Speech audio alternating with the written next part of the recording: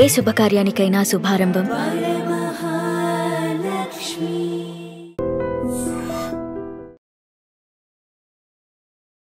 నమస్కారం, welcome to I dream. నేను మీ సంగీత.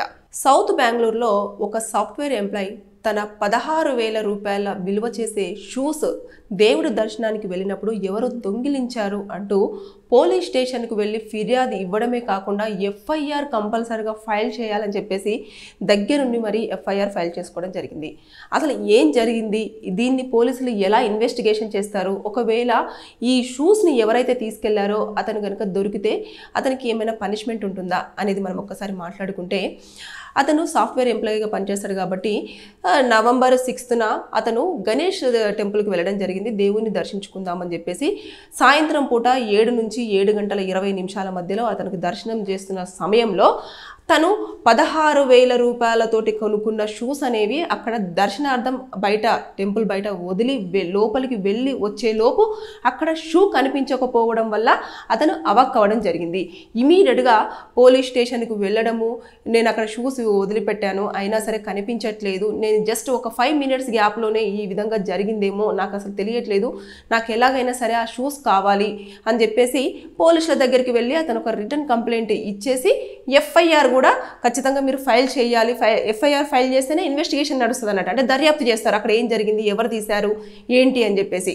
అంటే తక్కువ కాస్ట్ అయితే నేను ఖచ్చితంగా వదిలేసేవాడిని, కానీ అలా కాకుండా నేను ఎక్కువ డబ్బులు పెట్టేసి నాకు ఇష్టమైన షూస్ కాబట్టి నేను కొనుక్కోవడం జరిగింది అని చెప్పేసి అతను అక్కడ చెప్పడం జరిగింది. అంటే షూస్ కూడా పోలీసులు ఇన్వెస్టిగేషన్ చేస్తారా, షూస్ కూడా ఖచ్చితంగా దర్యాప్తు చేసేసి దొంగలు పట్టుకుంటారా అంటే పట్టుకునే అవకాశాలు ఉంటాయి. ఎందుకంటే పోలీసులు ఏంటంటే ఏదైనా ఒక వ్యక్తి తనకు ఇలా ప్రాబ్లం ఉంది, ప్రాబ్లం జరిగింది అని చెప్పేసి కనుక పోలీస్ స్టేషన్కు వెళ్ళి ఫిర్యాదు చేసిన పక్షంలో ఖచ్చితంగా వాళ్ళు కనుక ఎఫ్ఐఆర్ చేసినారు దానిపైన అంటే కంపల్సరిగా వారు దర్యాప్తు చేయాల్సిందే.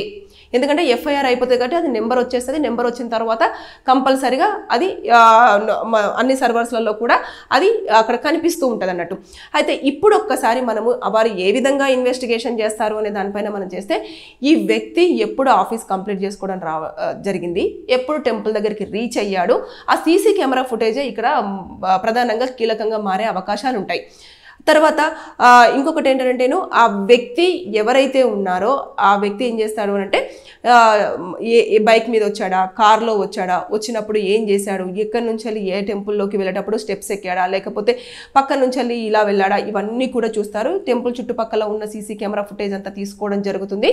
తీసుకున్న తర్వాత ఒకవేళ ఆ వ్యక్తి కనుక పోలీసులకు ఇదివరగానే పోలీస్ స్టేషన్లో కంపల్సరీగా ఎవరైనా థెఫ్ట్ చేసిన వాళ్ళు ఎవరున్నా సరే వాళ్ళది ఇదివరకు ఏమైనా దొరికితే వాళ్ళ ఫొటోస్ అన్నీ కూడా వాళ్ళ దగ్గర ఉంటాయి, వాళ్ళ ఫొటోస్ తీసుకొని పెట్టుకుంటారు కాబట్టి మ్యాచ్ చేయడం జరుగుతుంది అంటాడు. ఒకవేళ సీసీ కెమెరా ఫుటేజ్ చూసినప్పుడు ఈ వ్యక్తి గతంలో ఇలాంటి దొంగతనం చేశాడు కాబట్టి ఈ వ్యక్తి అయి ఉంటుంది అని చెప్పేసి ఆనవాళ్ళతోటి అతన్ని పట్టుకొని తీసుకురావడం జరుగుతుంది. తీసుకొచ్చిన తర్వాత వాళ్ళు మొత్తం ఎంక్వైరీ చేస్తారు. ఎంక్వైరీ చేసిన తర్వాత అంత విలువైన షూస్ ఎందుకు తీసుకెళ్ళావు, ఇలా దొంగతనాలు చేసి ఆ షూస్ని నువ్వేం చేస్తున్నావు, ఎవరికైనా అమ్ముతున్నావా, లేదు అంటే దాన్ని యూజ్ చేస్తున్నావా, లేదు అనుకుంటే ఏం చేస్తున్నాడు అనేది ఫస్ట్ మొత్తం ఎంక్వైరీ చేస్తారు. చేసిన తర్వాత అప్పుడు కోర్టులో ప్రొడ్యూస్ చేసిన తర్వాత ఇది దొంగతనం కిందికి రావడం జరుగుతుంది కాబట్టి అతనికి ఒక మినిమం 1 నెల రోజుల పాటు జైల్లో ఉంచేసి మళ్ళీ బెయిల్ మీద బయటకు పంపించడం అనేది జరుగుతుంది. ఎందుకంటే ఇలాంటివి పనిష్మెంట్ చేయకపోతే వాళ్ళు చిన్న చిన్న దొంగతనాల నుంచి కూడా పెద్ద వాటికి ఛాన్స్ ఉండే అవకాశాలు ఉంటాయి అన్న నేపథ్యంలో కూడా ఖచ్చితంగా కోర్టు ఆలోచన చేస్తుంది. కంపల్సరీ ఎప్పుడైతే కోర్టు మెట్లు ఎక్కుతారో సొసైటీలో వీరి యొక్క ప్రవర్తన ఏ విధంగా ఉంటుంది, ఏ విధంగా ఉండకూడదు అనే దానిపైన ఎక్కువగా ఆలోచన చేసి పనిష్మెంట్స్ అనేది ఇవ్వడం జరుగుతుంది. అయితే ఇక్కడ ఈ షూస్ కోసం ఇంత వీడియో అవసరమా అంటే నిజంగానే అవసరం. అంటే అతని శక్తికి మించి కొనుక్కోవచ్చు. అంటే ఎక్కువ విలువైన షూస్ కాబట్టి దాదాపుగా కింద అంటే మనం కాళ్ళకు వేసుకునే వస్తువు అది జస్ట్ అలాంటిది 16,000 రూపాయలు పెట్టి తీసుకున్నాడు అని అంటే ఒక కుటుంబము నెలపాటు కూడా బ్రతక అంత ఉన్నది. అంటే ఈ రోజుల్లో 10,000 కూడా ఉద్యోగం చేస్తున్న వాళ్ళు ఉన్నారు. అతను 16,000 దానిపైన వెచ్చించడం జరిగింది కాబట్టి తను చాలా సీరియస్గా తీసుకున్నారు. ఇక ఒకవేళ ఎవరైతే ఈ దొంగతనం చేశారో అతనికి అక్కడ పనిష్మెంట్ పడుతుంది. అదేవిధంగా అతని దగ్గర నుంచి ఆ షూస్ కనుక రికవరీ చేసుకుంటే ఇతనికి ఇవ్వడం జరుగుతుంది. లేదు అవి ఎవరికైనా సేల్ చేశారు అంటే అతని దగ్గర నుంచి డబ్బులు కలెక్ట్ చేసి ఎవరైతే ఈ బాధితుడు ఉన్నాడో ఆ బాధితుడికి ఇవ్వడం అనేది జరుగుతుంది. ఇక ఒకవేళ బాధితుడు లేదు ఈ షూస్ నేను తీసుకున్న తర్వాత ఇలా డ్యామేజ్ అయిపోయినాయి, ఊరికేనే ఇలా పట్టుకోగానే తెగిపోయినాయి, లేదంటే ఇలా అని చెప్పేసి ఏదైనా కారణం చెప్పాడు అనుకోండి, అప్పుడు అతను కన్జ్యూమర్ కోర్టును కూడా అప్రోచ్ అవ్వడానికి ఉంటుంది. ఎందుకంటే ఆ ప్రోడక్ట్ అనేది నేను ఇన్ని వేల రూపాయలు పెట్టి తీసుకున్నా సరే కేవలం ఒక 500-400 రూపాయలు పెట్టి తీసుకున్నంతగా అతను ఇలా లాగగానే చిరిగిపోయింది, లేదంటే ఇలా జరిగింది అని చెప్పేసి కంపెనీ చాలా నాణ్యమైనది అంటే క్వాలిటీ పరంగా దాన్ని తయారు చేయట్లేదు, చాలా చీప్గా తయారు చేస్తున్నారు అనే దానిపైన కూడా కన్జ్యూమర్ కోర్టులో కనుక అతను కేసు ఫైల్ చేసుకుంటే అక్కడి నుంచి కూడా అతనికి నష్టపరిహారం వచ్చే అవకాశాలు ఉంటాయి. అంటే ఈ రోజుల్లో పోలీసులు అనేవారు మన యొక్క రక్షణతో పాటు మన వస్తువుల మీద కూడా వారు పాపం దర్యాప్తులు చేస్తున్నారు, తర్వాత నెక్స్ట్ దొంగలను పట్టుకోవడానికి ప్రయత్నం చేస్తున్నారు. కాబట్టి ఇక మీదట టెంపుల్స్ దగ్గరకి వెళ్ళినప్పుడు షూస్ది కానివ్వండి, చప్పల్ది కానివ్వండి పెట్టుకోవడానికి ఒక స్టాండ్ ఉంటుంది. స్టాండ్లో పెట్టేసుకుంటే 5 రూపాయలు 10 రూపాయలు వాళ్ళ కిందకి ఇవ్వాలి, ఈడ వదిలేస్తే ఎవరు తీస్తారులే అని చెప్పేసి అనుకుంటే ఇలాంటి పరిస్థితులు చోటు చేసుకుంటాయి. దానికోసం ఇప్పుడు పోలీసులు ఒక 2-3 దాని మీద వర్క్ చేయాల్సి ఉంటుంది. అంటే వారికి ఎంత టైం వేస్ట్ అన్నట్టు, అంటే ఒక వస్తువు కోసం అంటే అది విలువైందే కావచ్చు, కాకపోతే దాని మీద వెచ్చించే టైంలో ఇక్కడ ఇంకొక ఇంపార్టెంట్ కేసు ఏదైనా ఉంది అని అంటే దాని మీద పెట్టాల్సిన ఎఫర్ట్లోకి వెళ్ళి కొంతమంది ఎంప్లాయీస్ ఇక్కడ కూడా వర్క్ చేసే అవకాశం ఉంటుంది. కాబట్టి బేసిక్గా మన దగ్గర పోలీస్ మ్యాన్ పవర్ అనేది చాలా వరకు తక్కువగా ఉంది. అంటే రోజు పెరుగుతున్న మనం చూస్తున్న ఇబ్బందులు, హత్యలు కానివ్వండి, అత్యాచారాలు కానివ్వండి, మర్డర్స్ ఇవన్నీ ఉంటున్నాయి కదా, దీనిపైన వర్క్ చేయడం కోసము పోలీస్ మ్యాన్ పవర్ సరిపోవట్లేదు. కేసులు పెరగడం ఏమో ఎక్కువగా ఉంటున్నాయి, ఇక్కడ సాల్వ్ చేయడానికి అధికారులు ఏమో కొంచెం తక్కువ స్థాయిలో ఉన్నారు. కాబట్టి మనం కూడా ఆలోచించాల్సిన అవసరం ఎంతైనా ఉంటుంది. మన వస్తువుల వరకైనా మనం రక్షించుకోవాల్సిన బాధ్యత మనపైన డిపెండ్ అయి ఉంటుంది.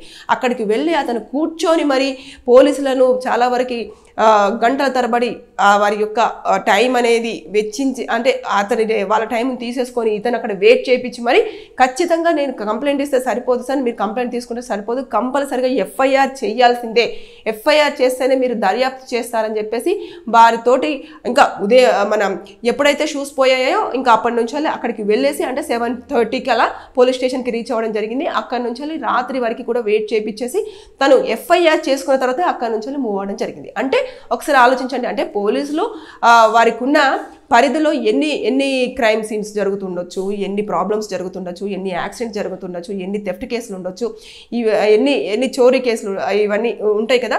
వీటన్నింటి మధ్యలో ఇక్కడ పోలీస్ స్టేషన్కు వచ్చి ఫిర్యాదు చేసే కేసుల పట్ల కూడా వారు అప్రమత్తమై ఉండాలి. ఎందుకంటే ప్రజల రక్షణను వారు కోరుకుంటూ ఉంటారు. కాబట్టి ఇలాంటివి చిన్న వాటికి కూడా పోలీసులను ఇబ్బంది పెట్టకుండా ఇలాంటి వాటిపైనైనా కూడా మన వస్తువుల మీద బ్యాగ్లే కానివ్వండి, షూసే కానివ్వండి, వాచ్ గాడ్జెట్సే కానివ్వండి, మొబైల్సే కానివ్వండి, దేనిపైనైనా సరే ఖచ్చితంగా మనము కొంచెం సేఫ్గా ఉండి మనం ఎప్పటికప్పుడు జాగ్రత్త పడుతూ ఉంటే కొంచెం పోలీసు వారికి పని తగ్గించే అవకాశాలు ఉంటాయి. ఎక్కువగా ఏదైతే క్రైమ్స్ జరుగుతున్నాయో వాటి మీద వారు ఎక్కువగా వర్క్ చేసి కొంచెం ఎవరైతే ప్రాబ్లం క్రియేట్ చేస్తున్నారో వారికి టైం కేటాయించి వారిని పట్టుకునే ఛాన్సెస్ కూడా ఉంటాయి అనేది నేను ఈ వీడియో త్రూ చెప్పాలనుకున్నాను. అంటే ఇది చిన్న విషయమై ఉండొచ్చు, కాకపోతే ఇలాంటి వాటిలలో కూడా కేసులు ఫైల్ అవుతాయి, నష్టపరిహారం అందుతుంది.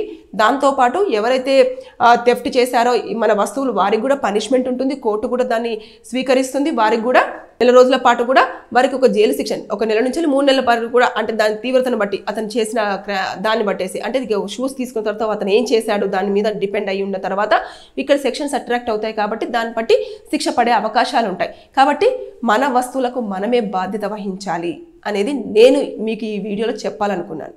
Thank you. And for more videos, please subscribe to iDream. Please subscribe to iDream. Please subscribe iDream. And please subscribe to iDream. For more videos, subscribe to iDream. please like, share and subscribe to the channel. Congratulations, iDream. Subscribe to iDream. Subscribe to iDream. So subscribe to iDream Media. iDream ki iDream team andarki huge congratulations. Please subscribe iDream Media. Please subscribe to iDream. Subscribe iDream. Please subscribe to iDream. iDream అంటే నా కళల channel subscribe చేసుకున్న నోరు తిరుగుతలేదు, మీరైతే గంట గుర్తు కొట్టండి. For more such videos, please subscribe to iDream.